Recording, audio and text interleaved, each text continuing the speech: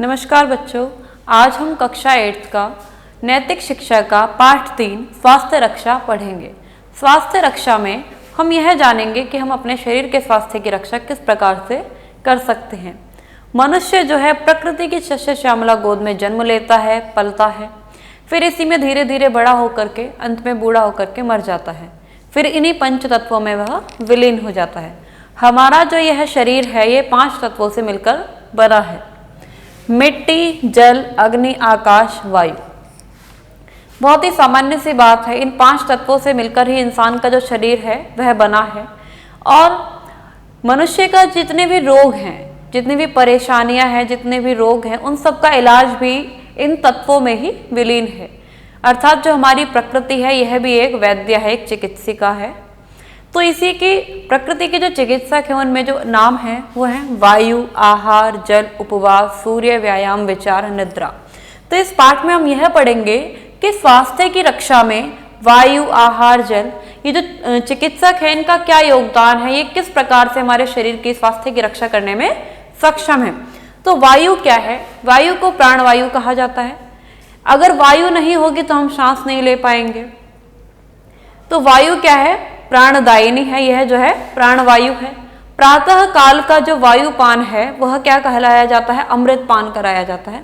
अर्थात जब कोई व्यक्ति प्रातः काल टहलने के लिए जाता है या सुबह सुबह अपने उपवन में स्वच्छ जो हवा है उसका जो ग्रहण करता है तो उससे क्या होता है, उसके जो फेफड़े होते हैं वह साफ होते हैं, तो जो सांस होती है वो भी ठीक होती है। श्वसन संबंधी जो रोग होते हैं वह भी प्रातः काल की वायु के सेवन से दूर हो जाते हैं। तो वायु क्या है? इस प्रकार से प्राणदायिनी है।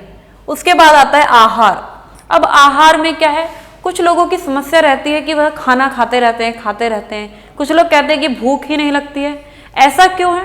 क्योंकि हमारी जो ये भोजन की जो प्रक्रिया है यह अनियमित रहती है कि अभी भोजन किया, थोड़ी देर बाद फिर कर लिया, फिर थोड़ी देर बाद फिर कर लिया। तो हम जो है कुछ ना कुछ खाते रहते हैं। तो भोजन जो हमें करना है वो कब करना है? जब हमें भूख लगेगी तभी करना है। ऐसा नहीं कि मन को अच्छा लगा तो खा लिया। मन की बात नहीं सुननी है। मन तो क्या है, भटकता रहेगा। भाई अभी आपने क्या करा, कुछ चाट पकौड़े खा लिए, उसके बाद फिर कुछ और चीज देखेंगे, भाई ये भी खा लेते हैं, फिर उसके बाद अरे ये भी खा लेते हैं। तो हमारा क्या ये पेट है, ये कोई बहुत बड़ा कोई भंडार गृह नहीं है कि इसमें सब कुछ डाल दिया जाएगा और खा लिया जाएगा।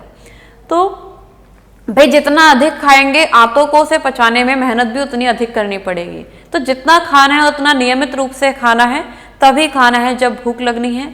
खाना खाते समय हमारा जो मन है वो शांत होना चाहिए, क्योंकि जो हम खाना खाते हैं वो हमारे डायरेक्ट दिमाग को लगता है, ठीक है, हमारे शरीर को वो पुष्ट करता है। जब हमारा दिमाग, हमारा जब मन शांत ही नहीं होगा, भोजन ग्रहण करते समय मन में परेशानियां चल रही होंगी, लड़ाई झगड़ों की बातें चल रही होंगी, तो क्या होगा?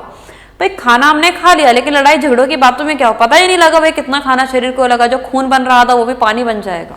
तो खाना खाते समय, एक तो आहार ग्रहण करते समय क्या करना है? बातचीत नहीं करनी है, शांति से बैठ के एक आसन बिछा करके भोजन ग्रहण करना है।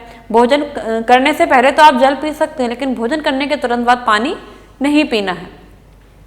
तो आहार एक किस प्रकार का ग्रहण करना है? संतुलित आहार। ज्यादा तला भुना, चिकनाई वाला, मिर्च मसालों का प्रयोग नहीं करना है, संतुलित आहार प्रयोग करना है, ठीक है। जैसा कि आपने देखा होगा कि जब कभी दाल बन जाती है या खिचड़ी वगैरह बन जाती है तो लोग कहते हैं ये तो बीमारों वाला खाना है।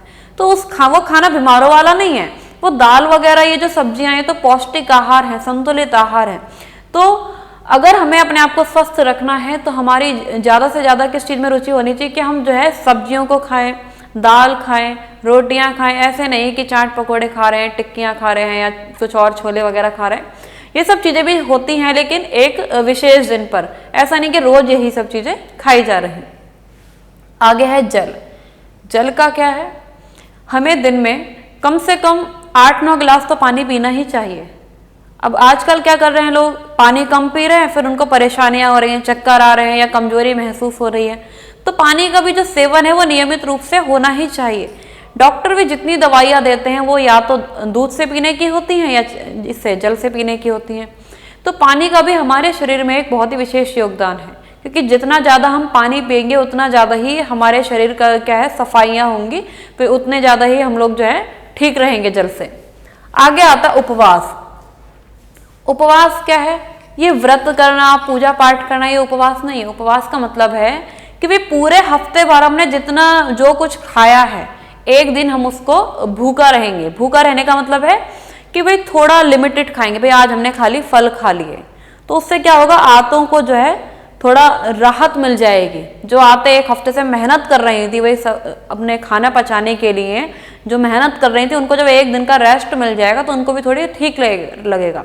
अब जैसे हम रोज स्कूल आते हैं, थक जाते हैं, भाई एक दिन की छुट्टी चाहिए, क्यों चाहिए, क्योंकि आराम करना है। तो आंतों को भी क्या करना है, आराम करना है। तो एक दिन के उपवास रखने से क्या होगा, जो शरीर में जो वात पित्त, जो ये कफ वगैरह जो ये जम जाएंगे, ये अधिक हो जाएंगे, तो ये जो है इनको भी थोड़ी राहत मिल जाएगी, ये भी थोड़े ठीक हो जाएंगे हमारे।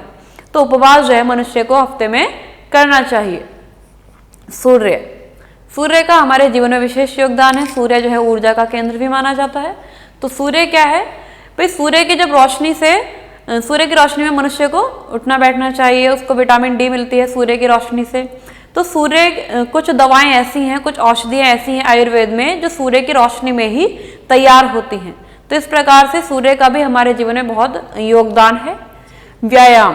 व्यायाम से क्या होता है, शरीर को कार्य करने के लिए ऊर्जा मिल जाती है। व्यायाम से मन जो है एकदम प्रसन्न रहता है, शरीर में आलस्य नहीं रहता है व्यायाम करने से, और जो ये मोटापा वगैरह आ जाता है ये भी थोड़ा ठीक हो जाता है। चेहरे पर ग्लो आता है व्यायाम प्राणायाम करने से, निखार आता है। और इंसान की जिनकी हाइट वगैरह नहीं बढ़ती, उनकी हाइट भी बढ़ती है। और जिनका थोड़ा मोटापा आ जाता है या दिमाग में तनाव रहता है, टेंशन रहती है, तो व्यायाम करने से ये टेंशन वगैरह भी, तनाव वगैरह भी दूर हो जाता है। तो व्यायाम भी हमें करना चाहिए। विचार, अब सबसे बड़ा योगदान जो है जीवन में वो किस चीज का है, विचार का है। विचार सकारात्मक भी होते हैं, नकारात्मक भी होते हैं।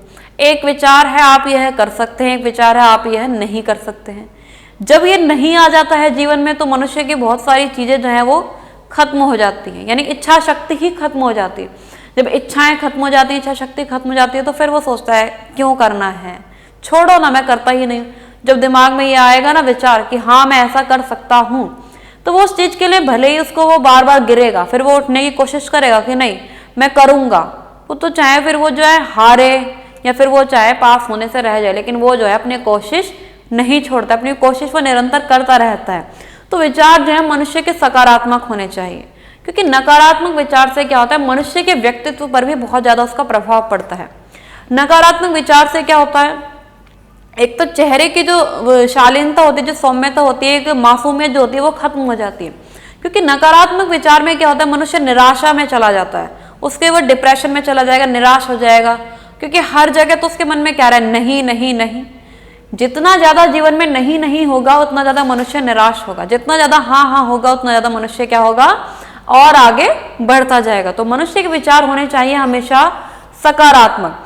कितना भी बुरा हो जाए जीवन में, हमेशा क्या सोचना है, अच्छा, कि इससे अच्छा क्या हो सकता है। कितना भी नुकसान हो बिजनेस में, किसी भी चीज में, पढ़ाई में, हमेशा क्या सोचना है, अरे ये तो अच्छा था ना, उसके अच्छे के विषय में सोच के उसे और बेहतर करने की कोशिश करनी है। तो हमें कभी भी नकारात्मक सोचना नहीं है, नकारात्मक भी देखना है, थोड़ा सा देखना है। ऐसा नहीं कि बिल्कुल नजरअंदाज कर दिया जाए नकारात्मक को भी, थोड़ा सा देखना है। इतना नहीं कि वो हमारे जीवन पर हावी हो जाए और हमारे जो चेहरे की भाव भंगिमा है वह ही बदल जाए। तो सकारात्मक होना ज्यादा जरूरी है। निद्रा, इन सब चीजों को, ये सब चीजें तो हमारे जीवन में आवश्यक है ही स्वस्थ रहने के लिए, लेकिन निद्रा भी बहुत ज्यादा आवश्यक है। हमें कम से कम 6-7 घंटे तो सोना ही चाहिए। अब हम 4 घंटे सोएंगे, 3 घंटे सोएंगे तो शरीर कैसा रहेगा भाई, आलस्य आता रहेगा, दिन में काम करने का मन नहीं करेगा, पूरे दिन ऐसा ही रहेगा, बस मुंह लटका हुआ सा। तो क्या करना है भाई, सोना भी जरूरी है। क्यों भाई, जब तक हम सोएंगे ही नहीं हमारा ध्यान जो है भटकता रहेगा, पता ही नहीं चलेगा कब क्या सोच रहे थे और अब क्या सोच रहे हैं। तो ध्यान हमारा हमेशा एकाग्र ही रहना चाहिए। तो एकाग्र चित्त रहने के लिए सोना बहुत ज्यादा जरूरी है, क्योंकि जब सोएंगे ही नहीं, फिर रात भर जागते रहेंगे या दिन भर भी जागेंगे, सोएंगे ही नहीं तो क्या होगा, जब नहीं सोएंगे तो क्या होगा, ध्यान भटकेगा, पता ही नहीं चलेगा क्या सोच रहे थे, क्या कर रहे थे, किसी काम को करने में मन नहीं करेगा, आलस्य आता रहेगा, शरीर टूटा टूटा सा रहेगा, मन नहीं लगेगा। तो क्या करना है, हमें भरपूर नींद लेनी है। एक स्वस्थ व्यक्ति के लिए क्या आवश्यक है, एक भरपूर नींद आवश्यक है। तो इस प्रकार से हमारे शरीर के जो 5 तत्वों से मिलकर जो हमारे ये शरीर बना है, उस शरीर को स्वस्थ रखने के लिए जो चिकित्सक, जो वैद्य आवश्यक है वो कौन है, वायु, आहार, जल, उपवास, सूर्य, व्यायाम, विचार, निद्रा। ये हमारे स्वयं क्या हैं? ये हमारे स्वयं चिकित्सक हैं।